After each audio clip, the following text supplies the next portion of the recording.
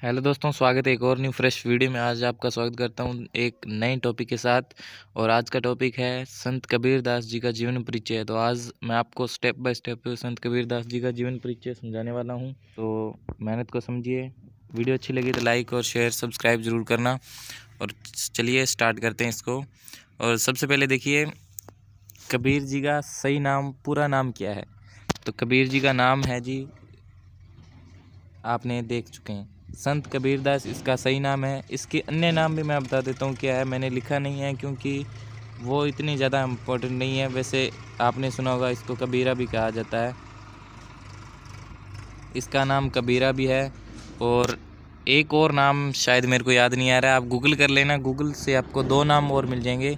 अगर आप ज़्यादा इम्पोर्टेंस देते हो अन्य नाम जैसे उपनाम हो गए, तो उनको ज़्यादा इंपॉर्टेंस देते हो तो आप गूगल सर्च करके देख सकते हैं। ठीक है, आपको 2 नाम मिल जाएंगे। एक नाम मैंने बता दिया, कबीरदास जी, कबीरा है, और इनका पूरा नाम संत कबीरदास जी है। ठीक है जी, और इनका नाम आपको कवर हो गया। इस प्रकार आप नाम देख सकते हैं। ठीक है जी, फिर हम बात करें इनके जन्म स्थान की, जन्म इनका कहाँ पर हुआ। तो जन्म के बारे में बात करें तो संत कबीरदास जी का जन्म उत्तर प्रदेश, उत्तर प्रदेश को दोस्तों मैं आपको बता दूं, उत्तर प्रदेश देवभूमि के नाम से जानी जाती है। ठीक है जी, देवभूमि। तो संत कबीरदास जी एक देव के तरह ही हैं। ठीक है, क्योंकि याद करने का तरीका बता रहा हूँ मैं आपको।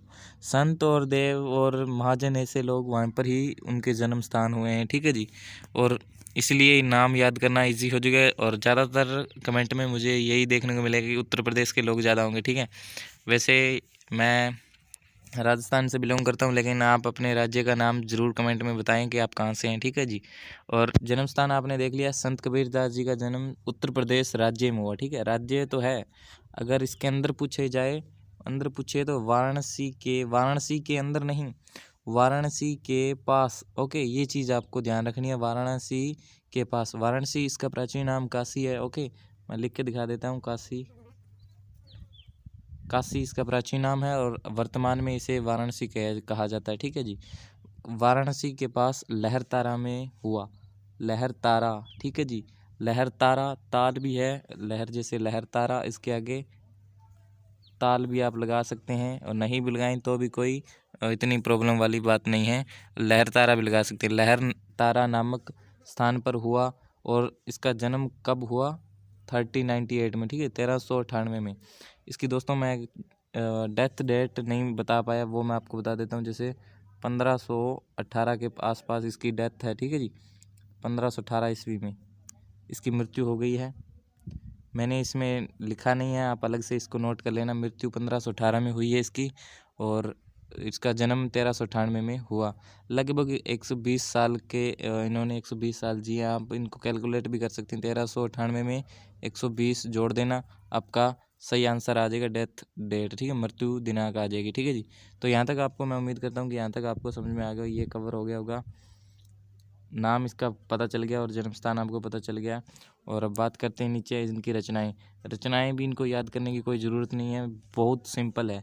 देखिए इनकी रचनाएं हैं, रचना है जी बीजक, बीजक में से ये ली गई हैं साखी। ठीक है जी, साखी हो गया, शब्द और रमेनी, साखी शब्द रमेनी, ये इसी में से ये तीनों इसी के ही भाग हैं। ठीक है, इसी बीजक बीजक जो रचना है इसी में से इनको लिया गया है। ठीक है, और साखी शब्द रमेनी, इनको भी याद करने वाली ज़्यादा दिक्कत वाली बात नहीं है। अब बात करते हैं इनके जीवन परिचय के बारे में। इनके जीवन परिचय कैसा है उनके बारे में जरूरी, वो भी तो ज़रूरी है ना।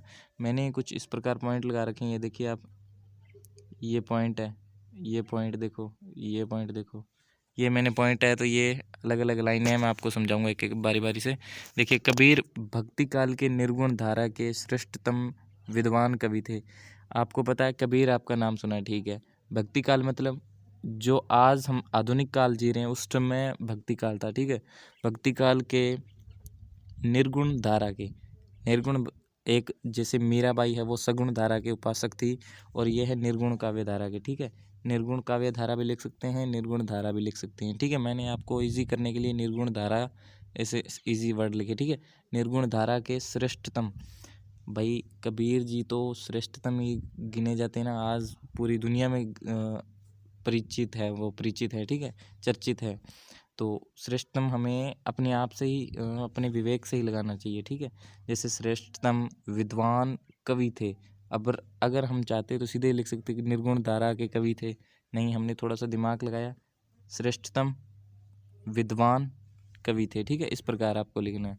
फिर सेकंड लाइन देखिए, ये सेकंड डॉट जो है, सेकंड डॉट यहाँ से सेकंड लाइन स्टार्ट होती है। जैसे ये भी बहुत सिंपल ये लाइन, वे अपनी बात को साफ एवं दो टूक शब्दों में प्रभावी ढंग से कह देने के हिमायती, हिमायती मतलब हिम्मत रखने वाले, यानी कि वो अपनी बात को एक साफ साफ नज़रिए से और दो टुक यानी दो शब्दों के मेल से ही वो एक प्रभावी ढंग से बात कह देने के सक्षम व्यक्ति थे, ठीक है।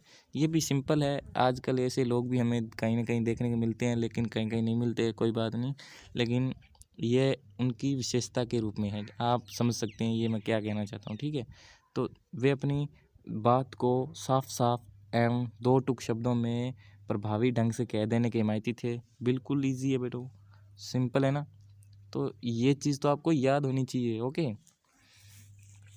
और आने वाली लाइन देखिए, थर्ड लाइन बहुत इंपॉर्टेंट है, बहुत ज़्यादा इंपॉर्टेंट है, कई बार एग्ज़ाम में, कॉम्पिटिटिव एग्ज़ाम में भी आई हुआ है, ठीक है। देखिए, इसीलिए ये दो अपनी जो ऊपर ये वाली ना, इसके आधार पे, दूसरे लाइन के आधार पर ये तीसरी लाइन लिखी गई है, ठीक है। इसीलिए हजारी प्रसाद द्विवेदी ने, इसको अंडरलाइन कीजिए, मैं इस प्रकार लिखता हूँ ना कलर वाइज चेंज करके, तो ये हाईलाइट करने का एक तरीका है और पॉइंट लेने का एक तरीका है, ठीक है। आप भी अपने एग्ज़ाम में इसी तरह से लिखें, अंडरलाइन करें, और ये कोमा वगैरह है ना साइड में जो लगाता हूँ मैं, ये भी आप लगाएं, नीचे अंडरलाइन भी कर सकते हैं आप, और कलर भी चेंज कर सकते हैं, इससे वर्ड को हाईलाइट कर सकते हैं, अट्रैक्टिव बना सकते हैं, ठीक है। तो ये चीज़ें आपको शायद ही कोई यूट्यूबर बताएगा। और ये देखिए, मैंने इसको किस प्रकार, इस प्रकार अलग रेड कलर से मैंने इसको हाईलाइट कर दिया ताकि इम्प्रेशन अच्छा पड़े, ठीक है। हजारी प्रसाद द्विवेदी ने कबीर को, यहाँ पर कबीर है, कबीर को वाणी का डिक्टेटर कहा है, ठीक है, इसीलिए वाणी का डिक्टेटर कहा है। इतनी सी बात आपको याद करने ली है, ये हर एग्ज़ाम में कई बार पूछा गया है।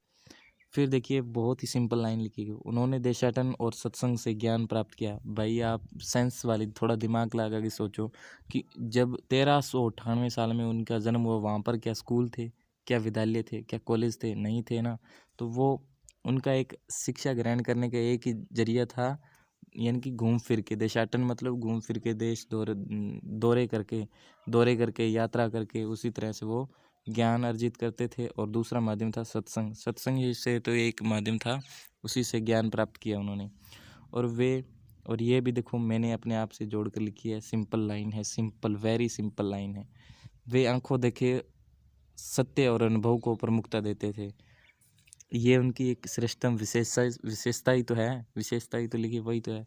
वे आंखों देखे सत्य और अनुभव को प्रमुखता देते थे। बस सिंपल, वेरी सिंपल लाइन है, बस इतनी सी चीज़ें ऐसे आपको थोड़ा दिमाग लगा के आप लिखेंगे तो बहुत अच्छे से आप लिख सकते हैं। फिर हम बात करें साहित्यिक परिचय के बारे में। जैसे ये साहित्यिक परिचय है, हमने, आप इसको कैसे भी अपने, इसका जो ड्राफ्ट है आप कैसे भी चेंज कर सकते हैं, मैंने इसको समझाने के लिए, ताकि आपको नॉर्मली आपको समझ में आ जाए। अब देखिए, बहुत सिंपल लाइन है, कुछ नहीं है। उनकी रचनाओं में, उनकी बहुत सारी रचनाएं हैं, सिंपल है। उनकी रचनाओं में नाथों, यानी नाथ वगैरह है ना, उनके वर्णन मिलते हैं। जैसे नाथों और सूफी संतों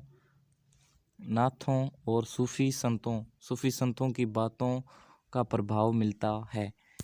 सिंपल बात है, इसमें कहीं से क्या ग्रंथ से उठाई गई बात है, नहीं, हमें सेंस वाली बात है, हमें सोचने वाली बात है कि हमें ये चीज़ें पता है, नाथों सूफी संतों को की बातों का प्रभाव मिलता है, सिंपल वाली बात है ना। और ये आपको याद कर लेना है, बस खुद से ही जोड़ जोड़ के लिखनी होती है, ठीक है। फिर देखिए, कबीर की रचनाओं में अनेक भाषाओं के शब्द मिलते हैं, जैसे अरबी, फारसी, पंजाबी, ब्रज भाषा, खड़ी बोली, इस प्रकार आप लिख सकते हैं, सिंपल है। और उम्मीद करता हूँ आज आपको ये सब कुछ समझ में आ चुका होगा। वेरी सिंपल है, इसका डिस्क्रिप्शन में आपको लिंक मिल जाएगा। आप यदि होमवर्क करना चाहें तो होमवर्क कर सकते हैं, इसको याद करना चाहें तो याद कर सकते हैं। PDF आपको लिंक डिस्क्रिप्शन में मिल जाएगा। और उम्मीद करता हूँ आपको वीडियो अच्छी लगी होगी। वीडियो अच्छी लगी हो तो लाइक कर देना, और थोड़ी नॉलेजेबल लगी हो तो अपने दोस्तों के साथ शेयर भी कर सकते हैं। थैंक यू, धन्यवाद। फिर मिलेंगे एक नए टॉपिक के साथ। जय हिंद, वंदे मातरम।